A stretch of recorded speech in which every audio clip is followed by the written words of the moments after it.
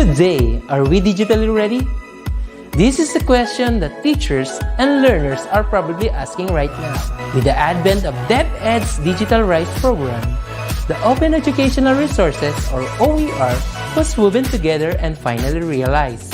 This project prioritizes the necessity to enhance the digital literacy skills of every teacher and learner in the country. Our OER mission is to connect the disconnected. OER is indeed an innovative initiative with a lofty aim to get disconnected schools and last-mile schools connected through ICT even without an internet connection. It is designed to cater to the need of these schools for interactivity, digitalization, and delivery of 21st century skills that will ensure that every learner is future ready. Join us in another training workshop and learn more about open educational resources, whose primary purpose is to provide support and assistance to learners and teachers in this rapid advancement of technology. Our goal is to build and strengthen the capabilities of public and private teachers, school heads, and supervisors by teaching you to create and design interactive, localized, and contextualized instructional materials for teaching using basic, advanced, and proficiency software and tools. Surely, this will be another exciting and engaging webinar training workshop. Together, let's all rise amidst this crisis. Para sa bata, para sa bayan, para sa guro. Sulong, ito kalidad!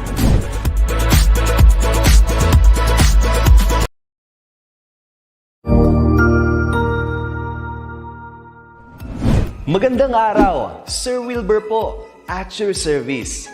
Narito ang ETUlay upang gabayan ka sa inyong pag-aaral upang lubos na maunawaan ang iba't ibang paksa o subject. Ang ETUlay ay isang free online tutorial class na pinangungunahan ng ICT's Educational Technology Unit sa pamumuno ni Undersecretary Elaine Del B. Pascua. Ang programang ito ay hindi lamang para sa mga bata, kundi ito rin ay magsisilbing gabay sa mga magulang at mga guro kung paano nila ituturo o gagabayan sa bawat asignatura ang kanilang mga anak o mga estudyante. Sa kasalukuyan, ang self-learning module mula sa rehiyon ng Calabarzon at kilala sa tawag na pivot ang ginagamit sa ating ETUlay online class. Kaya ano pang hinihintay ninyo? Ihanda na ang inyong mga ballpen o lapis, papel o kwaderno at samahan kaming itulay ang pagkatuto para sa bawat batang Pilipino. Sama-sama tayong magtutulungan para malampasan ang mga hamon sa panahong ito. Halina't matuto kasama ang inyong online tutor sa oras na ito.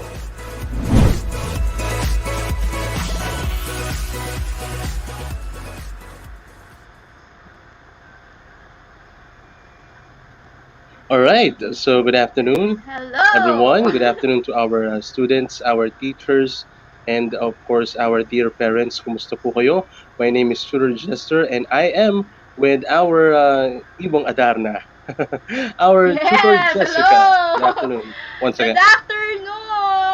Ayan, so while doing this ETUlay online tutorial sessions, ay meron pa akong isang meeting na inatenan. So good afternoon, dear grade 9 learners from different parts of the Philippines, from Luzon, Visayas, and Mindanao. And we are now on the end week of our 4th quarter. Wow! Imagine that! Grabe! Yeah, indeed, we are on our finale week, and we are doing our best to still give learnings to our dear online learners despite of the problems or the challenges in the internet connection. Tuloy lang, laban lang, sulong edu kalidad, Yes, ika nga. lang. And we got here messages from Andres Bonifacio Elementary School. That's Sagar, Cian Daniel, and Ma'am Felin Bulahan, and many messages that we got here. Isa-isahin namin yan later on. All right, so Tutor Jessica, how are you? Yes, I'm always good. And since medyo challenging ngayon dahil nga ay medyo nagka-problem lang sa internet, but still, ito, nakatuloy tayo sa ating live streaming at this moment. Yes, alive and kicking, right? So learnings are really continuously done by our DepEd ETUlay online tutorial. And we would like to thank, of course, our Sir Madge, our principal here, and of course, our Thank you, Sir Sir Marty. Maraming salamat for Madge. the opportunity that you are always giving us. And of course, sa lahat ng ating mga directors. And currently, we got here Director Jane or Direct Jane, ng ating napakasipag, napakaganda, at napakagaling na Yes. director. Okay, so, and of course, pasalamatan din natin ang aking grade 9 parents for allowing and Thank you. keeping in touch their with their sons or their daughters, yung mga anak nila na nakikisama sa ating ETUlay online tutorial. Of course, ayan. Hello also to our viewers in different social media platforms in DepEd. Of course, our Facebook page, we have DepEd Edtech Unit and DepEd Tayo. And of course, to our YouTube channel, DepEd TV, DepEd Edtech Unit, and DepEd Philippines. We are live and streaming all over the Philippines. Yes, definitely. We are live and loud from the different Facebook and YouTube account of the Department of Education. So you please do share and subscribe with our different online platforms para tuloy-tuloy ang inyong mga learnings. And of course, we do have the Facebook group. You can join us, chat us, or comment with us sa ating Facebook group. That's DepEd ETUlay. So once again, my name is Tutor Jester, and I am with... Of course, with Tutor Jessica from Division of Rizal, Abuyan National High School. And of course, thank you as well to our dear tuties who are always tuning in right now for our DepEd ETUlay in English 9. All right, so let's have our discussion. Tutor Jessica, one of our how do you call it? One of my favorites lesson or topic dito sa English 9 is all about paywall. So kasi malaking impact nito when it comes to having a self-confidence on being brave. And although we are we are experiencing different challenges in life, still katulad ni paywall, hindi tayo sumusuko. Be strong and be brave to face all of these trials na na-experience natin. This is our thank you episode. And we got here our quotation. A teacher takes a hand, opens a mind, and touches a heart from unknown. Do you believe in this one, Jessica? Indeed. Since ako naman ay 4 years na, saktong 4 years na po ako nagtuturo sa DepEd. A teacher takes a hand, of course, it takes a time, a good time to grab an opportunity. And of course, to have an open mind and to touch the hearts of our learners. Yan ang laging ini-initiate dito sa ETUlay para maitulay ang pagkatuto sa bawat kabataang Pilipino. And of course, dito sa ating mga most essential learning competencies sa English 9, nakapaloob dyan yung, kumbaga, kung isa-sum up natin yung meaning nito, nandun yung concern natin sa bawat isa. For us teachers, we need to be concerned with the situation of our learners, kahit na mahirap nga yung mga lessons, even though sila din, they really face challenges in life. Nandun yung consideration natin at concern natin sa bawat estudyante natin. Good afternoon po to Ma'am Solly Lacson from Apalit High School in Pampanga. Hello po and good afternoon po. Good afternoon. Thank you so much po ha. Salamat. So let's have our discussion. We have here an acrostic, Tutor Jessica. Our hero. May kinalaman to sa pagiging bayani and hindi naman sa pagbubuhat ng bangko. We teachers, ginagawa natin ang lahat para maging isang bayani, di ba? Maging bayani para sa kinabukasan ng ating mga kabataan. Maraming challenges nga na hinarap na natin, di ba? Ikaw, ano kaya yung mga pwede nating mabuo na words with our hero acrostic? Wow. Dear learners, pwede kayong sumali in our conversation here. You may now type in your answers in our comment section as well. Ayan, yung mga nakikita nyo na what do you call this? Itong tinatawag natin na Letters. hero. Sino nga ba yung mga letters? Ayan, mga letters pala to. Ng O-U-R-H-E-R-N-O. Oh, Ayan. Tutor So, Jet. ano ba yung naiisip ninyong word that Yeah. best describes our hero? Yes, definitely. Mga adjectives pwede niyong gamitin. Or you can also have your phrases. Pwede mga parirala or sentence maaari din. Ano? So, hintayin natin ang inyong mga kasagutan, and for the meantime, you may screenshot this and you may post your answers later in our DepEd ETUlay Facebook group. Okay, so meron tayong prepare dito, Tutor Jessica, the acrostic. We got here. Sige nga, Tutor Je, come on. Okay, so for the first word, on, off, you are there. Yeah, That's definitely. the first letter. Yeah. Parang this has something to do with the teachers eh. Not just with the teachers, but sa mga frontliners natin, even with the nurses, the doctors, and all those people who works overtime, all those people who works beyond their service. Kasi marami nagpapakita ng mga services nila kahit nahihirapan sila, kahit puyat, Ayan, kahit dito na pagod, po. diretso pa rin nag-o-overtime para may maibigay sa atin. Tama po ba? Definitely, no? Yes. On and off duty, you are there. And talaga, ito nasa dulo ng dila ko, talagang mga guro, pasalamatan natin talaga. Ano? Kahit hindi pa siya totally World Teachers Day, kapag July, ganito, Yes. kapag ganito, or March, ang dami nating ginagawa, and we were able to accomplish that because our cuties, our dear students are our inspiration. Ayan. So, Teacher Jessica, what is our Uy. second letter? Of course, our second word is understanding the needs of everyone. Definitely, Tutor Jessica, we need to understand the needs of our learners. Kapag meron sila mga pagkukulang, bigyan natin sila ng consideration. Lalo't higit, Yes. ngayong panahon ng pandemic. And good afternoon, we got here a message from Raven Gallarda Relativo. Good afternoon po, grade 9 Faith from San Isidro Integrated National High School in Lipa City, Batangas. So, Tutor Jester and Tutor Jessica, I'm present po ulit. Ay, kumusta ka diyan, Raven? Maghihina pa, paano ba yan? Kagaling naman na rin batang aray, kasama namin ngayon sa tutorial. Alright, so I am from Albatanes, by the way, Raven. Okay, Tutor Jessica, let's continue po. Letter R. Okay, letter R. Relative or not, you serve with a heart. That's like that. Yan, mga may heart. And definitely, di ba, kapag, although related man yan, or sa ating work or not, kasi as a teacher, we are not just, we are not just teaching kasi we also act as a parent to our learners.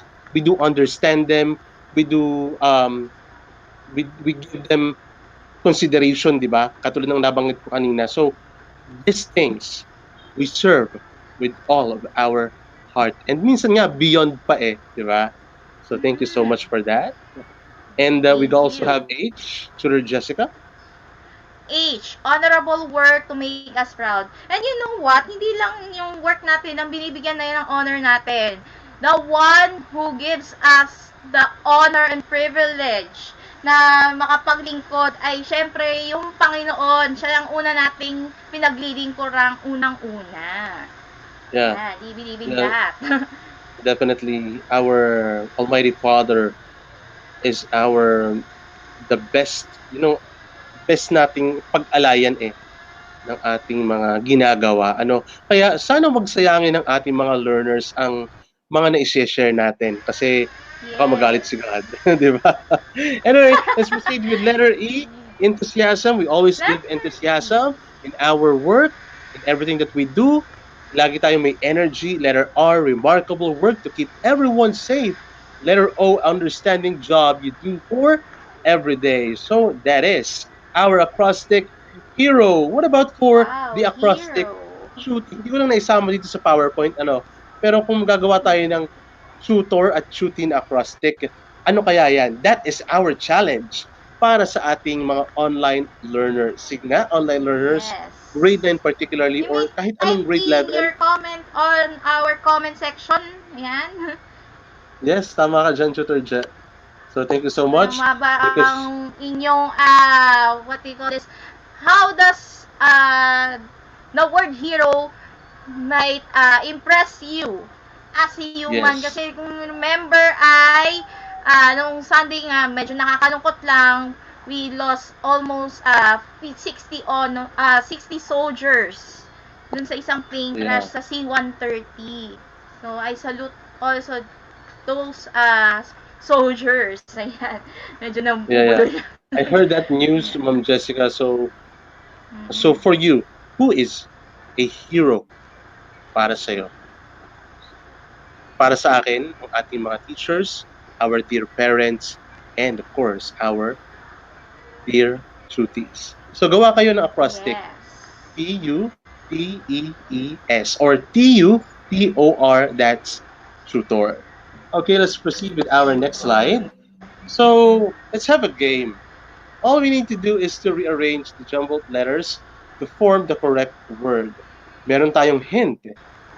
Tutor Jessica, can you read po the meaning of our first word na hinahanap? So the first word means change rapidly and unpredictably, especially for the worse. So what do you think, online learners, is our word that we're looking for? We got there Volatile. So what do you think is the word that we are looking for? Come on. Yeah. Hello there, Raven, and yes, according to Raven, Raven, to for me, my hero first of all, parents. Yeah, parents Of course, talaga. parents talaga. If you may have your acrostic using the word parent or parents, or pwedeng father or mother. Okay? So you may submit or post your answers sa ating DepEd ETUlay Facebook group. So, going back with our word that we're looking for, the jumbled letters Volatile, it means change rapidly and unpredictably, especially for the worst. It is what? It is volatile. Are you volatile, Tutor Jessica? No, actually, pag sinabi natin volatile, ito yung experiences natin, ito yung sitwasyon. Ano, kasi minsan, hindi natin alam, katulad ng mga nangyayari sa ating paligid, unpredictably. Minsan, worst pa nga di ba? Worst SE at minsan pa nga worst SE. So, kapag ganyan ang nangyayari sa ating paligid, we need to be strong enough to accept and to adapt ourselves with the changes. Right? All right. Definitely. So let's proceed with the next one. I have to research that word, volatile. Yes. Definitely. According to to how do you call it? Sa ating mga books ng grade 9, meron talagang ganito yung VUCA. Yung volatile ang isa dyan, ang iba, isa-isahin natin. Itong mga words na to, may kinalaman sa ating mga MELCs, sa ating learning competencies. Kaya ito yung ginawa ni Tutor Jester na final episode. Alright, so let's continue with the next word that we are looking. It is a... Of course, for number 2, a factor involved in a complicated process or situation. Okay, so what about this one? A factor involved? Complicated daw, Tutor Jessica. Process or situation. It starts... ganito ako. Okay, so I will give you a hint. So it begins with letter U and ends with letter N. It begins with letter U. So I've already seen the answer from Raven. So what is the answer, Raven? Uncertain. So let's reveal the answer, Tutor. It is really uncertain. Wow, that's very nice. Pag sinabi natin uncertain, Tutor, parang it's all about, for me lang, personally, baka may mga magalit.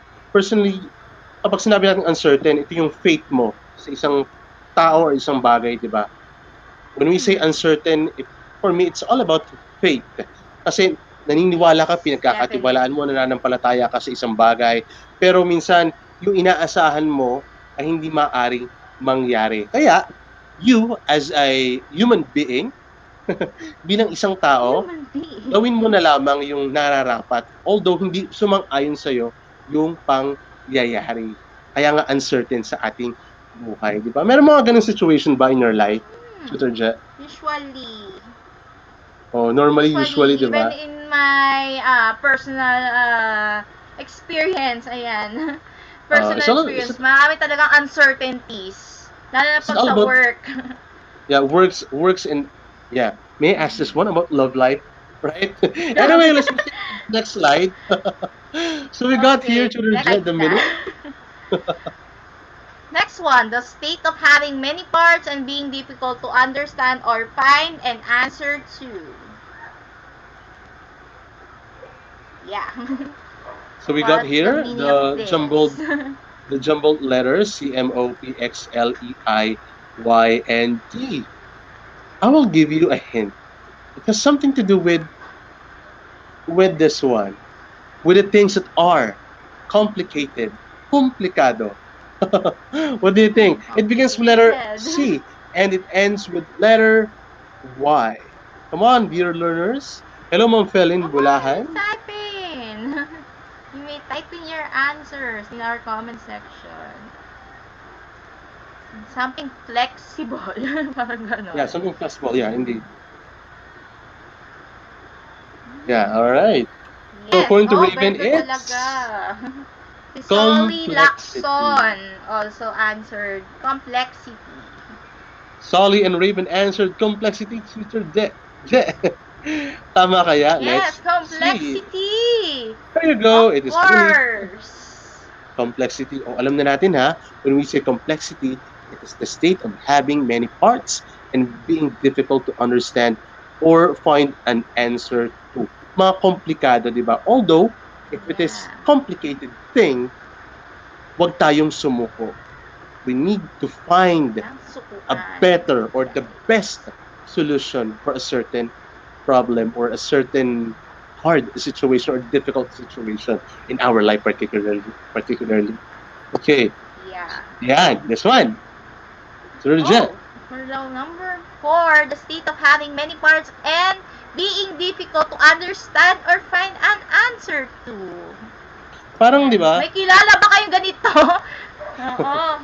May kilala ba kayong ganitong klaseng personality? Parang mahirap siyang kausapin, mahirap pa siyang sumagot. Oo, Tutor Jen, alam mo, parang yung ating mga words, pabigat ng pabigat yung meaning niya. Ano, from the first letter V, then letter U, then letter C, and ito naman, you're looking for the word, which means the state of having many parts. Madami daw parts, madaming bahagi.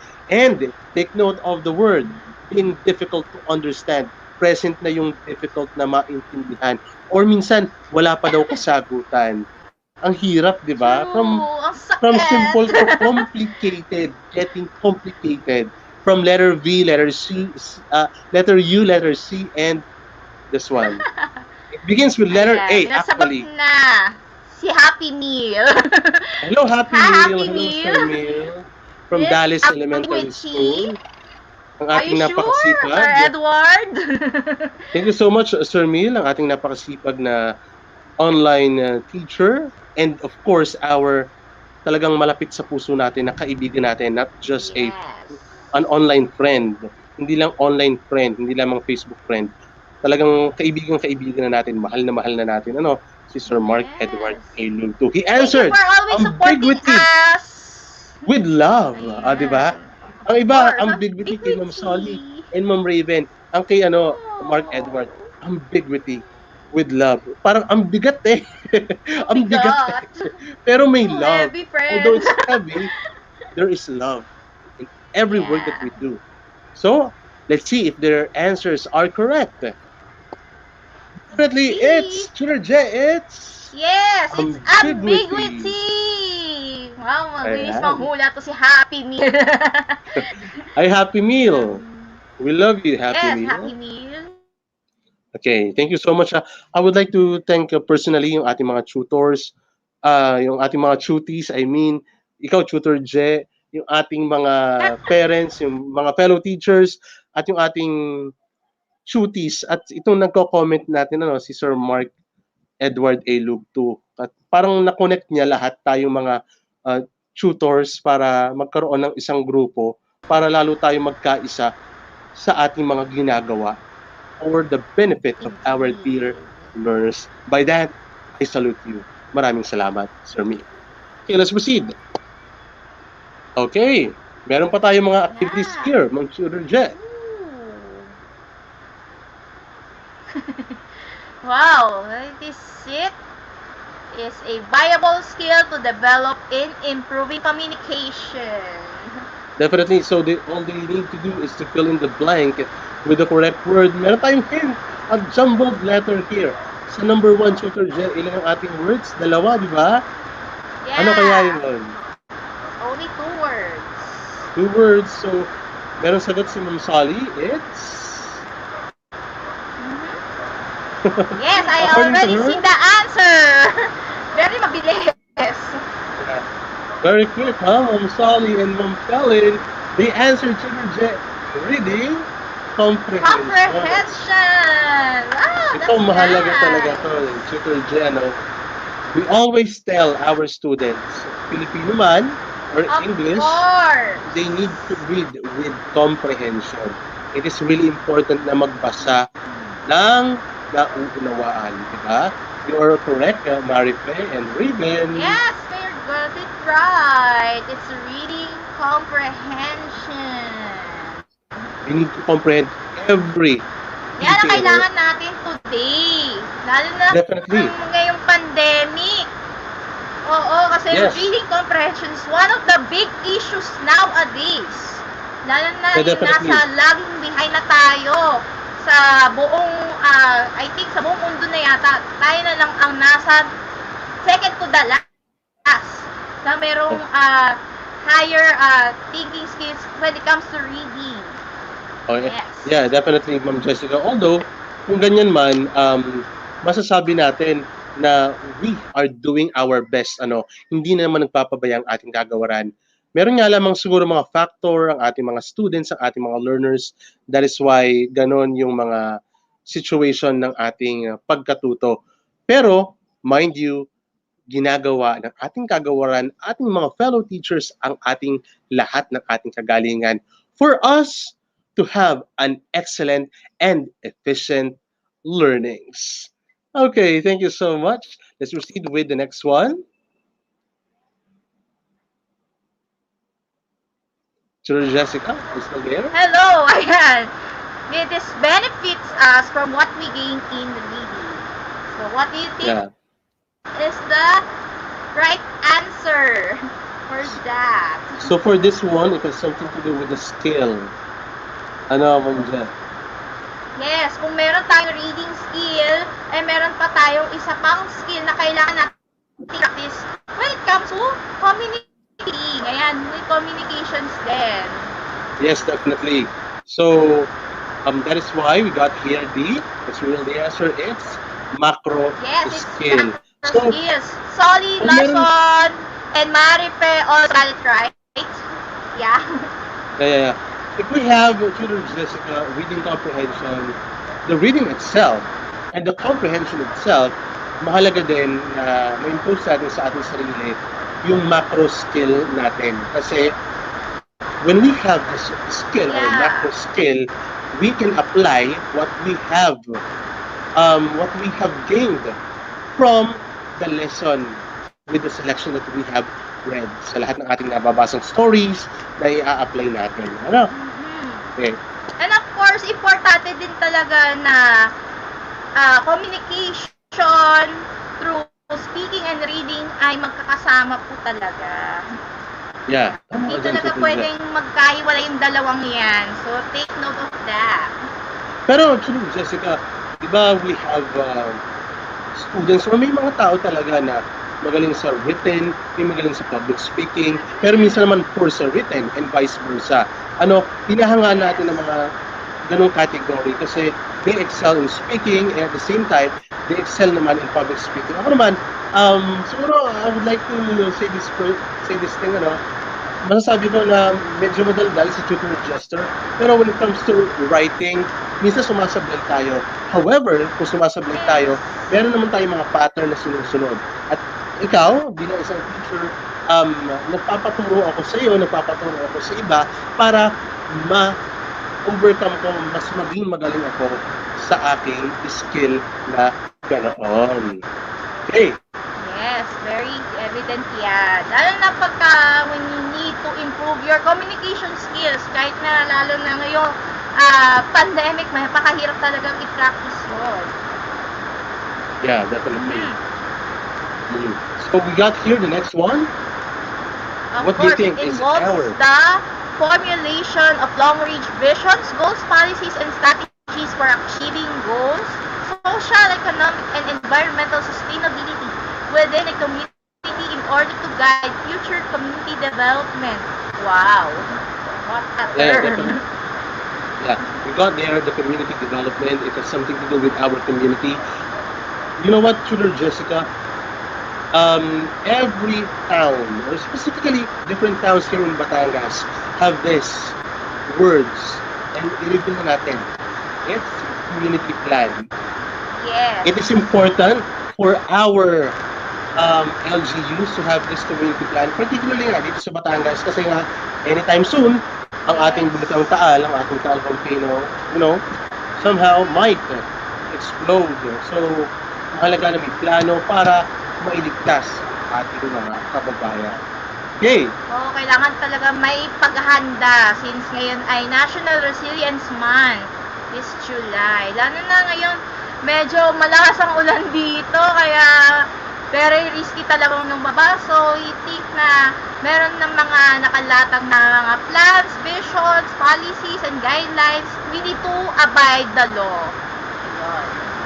Yeah, and in connection with that, Tutor Jessica, we need to applaud us Filipinos Yes. kasi although we have experienced different pains in life, pains talaga ang tuloy Tutor Jessica, hindi natin trials na lang. So we are still resilient, hindi tayo bumibigay. Diba? Yes. Okay, so by that, pasalamatan natin yung may mga towns, may mga community plan sa ikabubuti ng ating mga kababayan. Okay. Of course. So we have here, Tutor Jessica, the lesson game activity, all about the 9 dimensions or another one. behavior patterns under the BUCA. Ano ba yung BUCA natin? We have the B is for yung kanina mga words. B is for volatile. U is for Volatile. uncertain. Ano ba? Letter C. Uncertain. Ayan. Complexity, and A is Complexity, ambiguity. definitely you're right, Tutor Jessica. DUCA or the difficult world. Now, meron pa tayong activity here. You need to fill in the blank with the correct word. It means willingness to try new things. Yan. Are you willing to try Ayan. new things pala, Tutor Jessica? Katulad ng ating mga dear learners, like Raven, si Ma'am Sally, Marife, I know for sure, di ba somehow in their life, or in their lives, they don't want to stuck sa isang bagay lamang. Parang kailangan natin na maging flexible enough pagdating sa mga bagay-bagay. So, the word for this is, definitely, it's flexibility. Kung meron mga challenges, puro challenges na pinag-uusapan natin, we need to be flexible enough para ma-overcome all these trials. Yes, at least we are still flexible and we can do many things. Lalo na ngayon na I'm doing ETUlay for how many months already. So, hindi ko makakalain na maabot ako sa point na haharap talaga ako sa camera. But, to be honest I'm still naiilang pa rin akong tumingin sa camera. Pero, dahil nandyan lang kayo at you're still supporting us, I am always thankful for those who always believing in me. Yan. Okay. Yeah. So you are really grateful with all the things that are happening in your life, Ma'am Jessica. Ganun din naman ako, Yes, and we should be indeed. thankful enough, although the pain the challenges are present, we need to thank our dear Lord kasi nga, nandito tayo, buhay, and hindi niya tayo pinababayaan. Okay. Okay, let's proceed with the next one. Rapidly grasping new ideas. It's speed. Yeah, napakahalaga niyan, Tutor Jessica.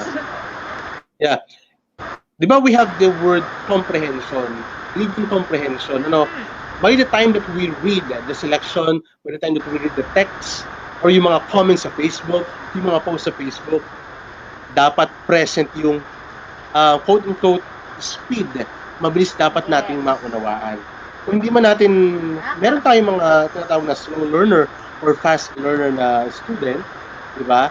However, may mga ganoon, still, we need to do our best para sila ay matuto pa rin. Huwag natin silang pababayaan at hindi natin sila pinababayaan. Katulad ng ginagawa natin sa ETUlay, di ba? So, we do understand them, mga diversities, di ba? So, nauunawaan natin sila, although minsan, iba-iba yung kanilang mga languages. And nagpapasalamat tayo kasi naintindihan nila yung mga turo natin. Kahit may mga, may mga somehow, may mga konting errors, inaayos naman natin. Itinatama din naman natin. Okay? Alright, so let's continue. Of course. What about this word? It means testing out new ideas. Ayan. Yan, madalas itong ginagawa ng mga scientists. Yeah, definitely. They are testing new ideas for them to develop a certain solution to a problem, di ba? These scientists, and not just the scientists, but tayo din, minsan nag-experiment tayo para makuha natin yung appropriate na solution for certain mga situation na hindi kaaya-aya in our life. Okay? Yes, definitely. Ito mga pinag-uusapan natin actually. Yeah. Ito mga pinag-uusapan natin actually, Tutor J, it has something to do with the braveness of oneself. Katulad na lamang ni Beowulf. Okay. So we got here the taking on challenges. It means all about performance risk taking. Mabilisan na lang natin kung tayo sa oras.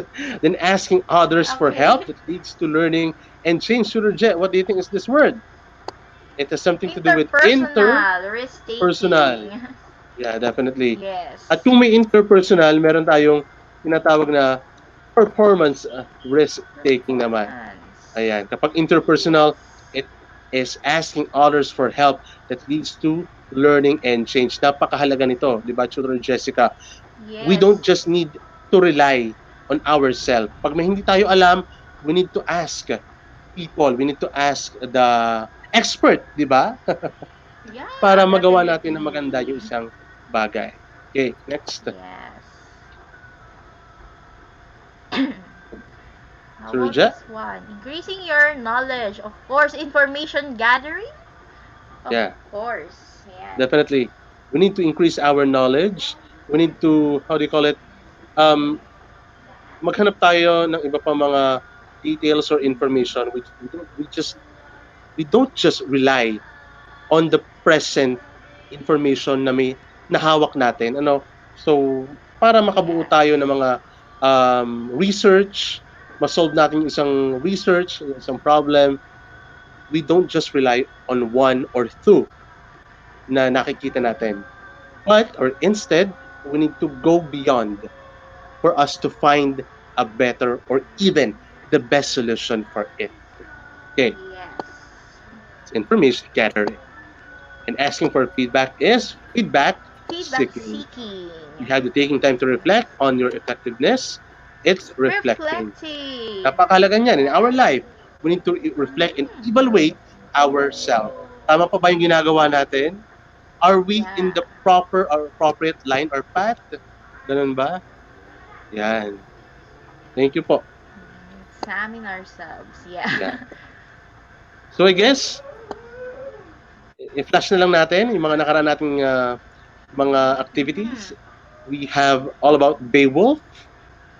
Yan. Meron tayong character na dragon there. We also have the character Unfurth. jealous daw kay Beowulf. Also have the Grendel's mother. Kilala natin, di ba? Grendel's mother. Isa pelikula. Yan, favorite ko Si din Angelina yan. Jolie. Si Angelina Jolie, di ba? Grendel's mother. Yeah, definitely, di ba?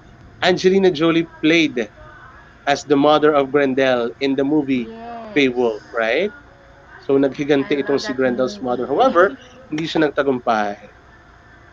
Yeah. Then the protagonist, ang bida natin sa story na paborito ni Tutor Jester at ng ating mga learners, it's another than Beowulf. Si King Hrothgar, ang king ng Danes. He enjoys military success and prosperity. Siya yung hari or wise and aged ruler. And kalaunan, pinalta ni Beowulf. We also have the we also have Wiglaf. Sino ba si Wiglaf? Si Roger. A young kingsman of Beowulf who helps him in the fight against the dragon while all of the other warriors run away. Ayan, si Wiglaf. Yeah, definitely, di ba? So, he indeed help his friend. Kamag-anak yata nito kung ito nagkakamali, si Wiglaf. Okay.